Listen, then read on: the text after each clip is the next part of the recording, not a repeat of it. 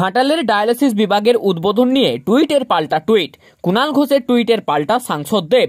কুণাল ঘোষের টুইটের পরিপ্রেক্ষিতে দেব বলেন, নমস্কার কুণাল দা, আমি দিদিকে অনুরোধ করেছিলাম ঘাটাল হাসপাতালের ডায়ালিসিস এবং সিটি স্ক্যান মেশিনের জন্য। সেটা দিদি মার্চ মাসে ভার্চুয়ালি ঘোষণা করেন। এক সপ্তাহ আগে মেশিনগুলো আসে। হাসপাতাল কর্তৃপক্ষের অনুরোধে আমি সেই মেশিনগুলো উদ্বোধন করি, যাতে সাধারণ মানুষ ঘাটাল হাসপাতালের ডায়ালিসিস পরিষেবার ব্যাপারে জানতে পারে। আমার মনে হয় এর ফলে কোনো মুখ্যমন্ত্রী, সাংসদ, সুপারস্টার বা মুখপাত্র নয়, সাধারণ মানুষ উপকৃত হবে। ধন্যবাদ তোমাকে। তোমার মাধ্যমে এই পরিষেবার কথা আরও অনেকের কাছে পৌঁছে গেল। শেষে একটাই কথা বলবো, আমরা যে পরিস্থিতির মধ্য দিয়ে যাচ্ছি তাতে তথ্য যাচাই না করে সোশ্যাল মিডিয়ায় মন্তব্য না করাই ভালো। আরেকবার সকলকে জানিয়ে রাখি, ঘাটাল সুপার স্পেশালিটি হাসপাতালে ডায়ালিসিসের পরিষেবা আরম্ভ হয়ে গেছে। এখন আর আপনাদেরকে কোনো বেসরকারি হাসপাতাল বা কলকাতার কোনো হাসপাতালে ছুটে যেতে হবে না এবং সিটি স্ক্যানের পরিষেবা এই মাসের শেষ থেকেই কার্যকরী হয়ে যাবে। সবার মঙ্গল হোক। যদিও দেবের এই টুইটের পর কুণাল ঘোষ টুইট করেন, দিদির উদ্বোধন ছবিতেই স্পষ্ট, যত যন্ত্র আসুক উদ্বোধন দুবার হতে পারে না, উদ্বোধক বদলায় না। এসব টুপি সিনেমাতে দিও। আর পরিস্থিতি, আমরা শ্রমজীবী সৈনিকরা বিষ পান করে লড়ে অপ্রিয় হচ্ছি।